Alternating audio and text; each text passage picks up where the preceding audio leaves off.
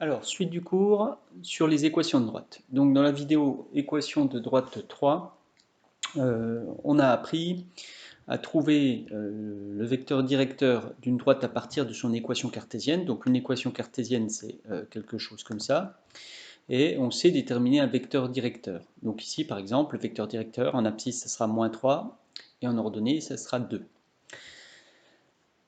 Et pour pouvoir tracer cette droite, une fois qu'on a un vecteur directeur, il faut trouver un point par lequel passe la droite. Donc c'est ce qu'on expliquait ici, soit on fixe une valeur de x et on obtient l'ordonnée, soit on fait le contraire, on fixe une valeur de y et on obtient l'abscisse. Et donc maintenant vous êtes censé savoir tracer une droite assez facilement à partir d'une équation cartésienne. On détermine un vecteur directeur et un point, et on n'a plus qu'à tracer tout ça.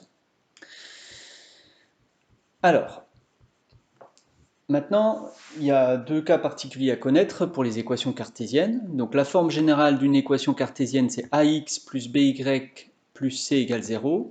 Et en fait, parfois, il n'y a pas de x, en fait, et parfois, il n'y a pas de y. Alors, quand il n'y a pas de x, ça veut dire que le petit a, il vaut 0, en fait. Alors, si le petit a vaut 0, et il faut que b, lui, ne fasse pas 0, alors l'équation devient by plus c égale 0. Et si j'applique la propriété qui permet de donner un vecteur directeur, eh bien on obtient moins b en abscisse et 0 en ordonnée, puisque petit a vaut 0. Je rappelle que c'est moins ba, le vecteur directeur. Donc ça fait moins b0.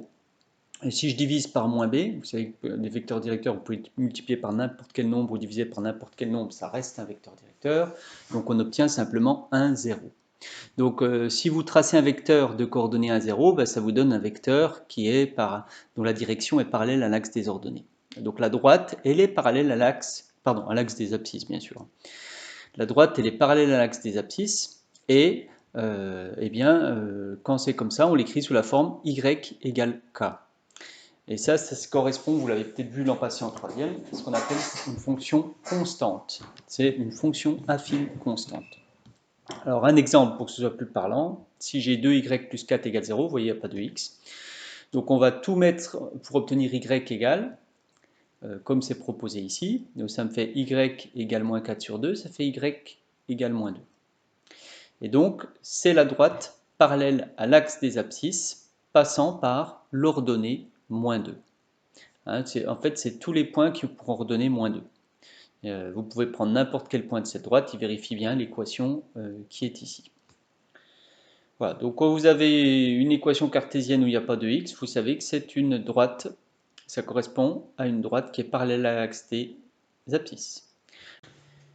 Alors maintenant, le cas où b vaut 0, donc quand vous avez ax plus by plus c égale 0 et qu'en fait il n'y a pas de y, ça veut dire que c'est b qui vaut 0. Et donc on se retrouve avec une équation cartésienne de ce type-là.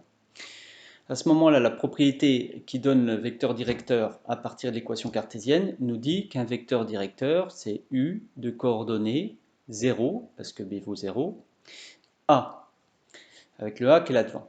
Ou encore 0, 1, parce qu'il suffit de diviser par a, 0 divisé par a, ça fera 0, et a divisé par a, ça fait 1.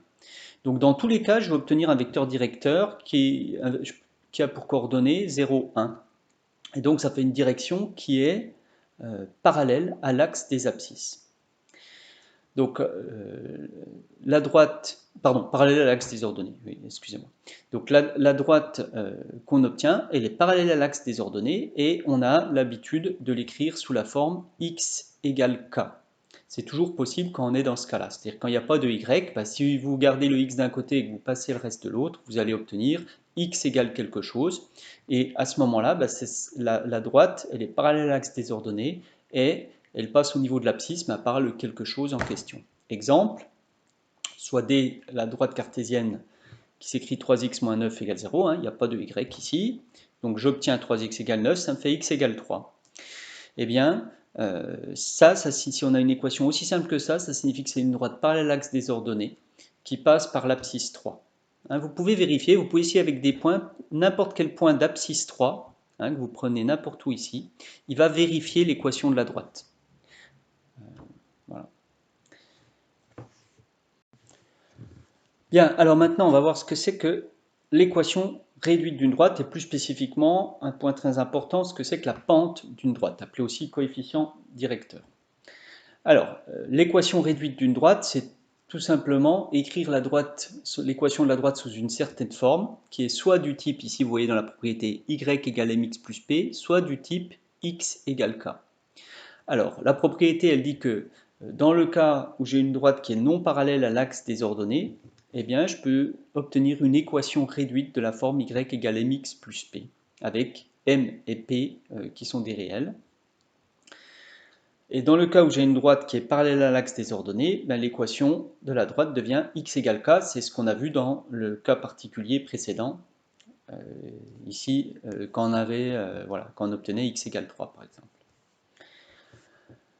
Donc c'est tout simplement écrire une équation cartésienne, la modifier un petit peu pour obtenir soit y égale, soit x égale. Alors un exemple tout simple, hein, si vous avez ici une équation cartésienne, comment on fait pour obtenir l'équation réduite? Il suffit de laisser le y à gauche et de passer tout le reste de l'autre côté. Donc c'est assez facile parce qu'on a déjà travaillé sur les équations de droite. Donc ici, voilà, après transformation, j'obtiens y égale 2x moins 2. C'est ce qu'on appelle l'équation réduite de la droite. Alors, dans le cas où on peut remarquer que quand c'est une droite qui est non parallèle à l'axe des ordonnées, donc quand on obtient y égale quelque chose, hein, parce que si c'est parallèle à l'axe des ordonnées, ça fait x égale quelque chose, l'expression réduite permet d'obtenir la fonction affine dont la droite est la représentation. Donc, si on veut l'écrire sous forme de fonction, je pourrais écrire f de x égale 2x moins 1 demi. Bien sûr, si c'est une droite qui est parallèle à l'axe des ordonnées, je vous rappelle que ce n'est pas la représentation graphique d'une fonction, parce que ça voudrait dire que pour une seule abscisse, il y a plusieurs ordonnées. Donc on a une fonction affine uniquement quand la droite n'est pas parallèle à l'axe des ordonnées. Bien, définition de la pente et de l'ordonnée à l'origine. Alors, la pente, qu'est-ce que c'est? La pente ou le coefficient directeur. C'est un nombre qui mesure l'inclinaison de la droite, et l'ordonnée à l'origine, c'est un nombre qui va nous dire à quel endroit, à quelle valeur la droite coupe l'axe des ordonnées. Donc ces deux nombres, ils ne sont définis que quand on a des droites non parallèles à l'axe des ordonnées, hein, des droites qui correspondent à des expressions de fonctions.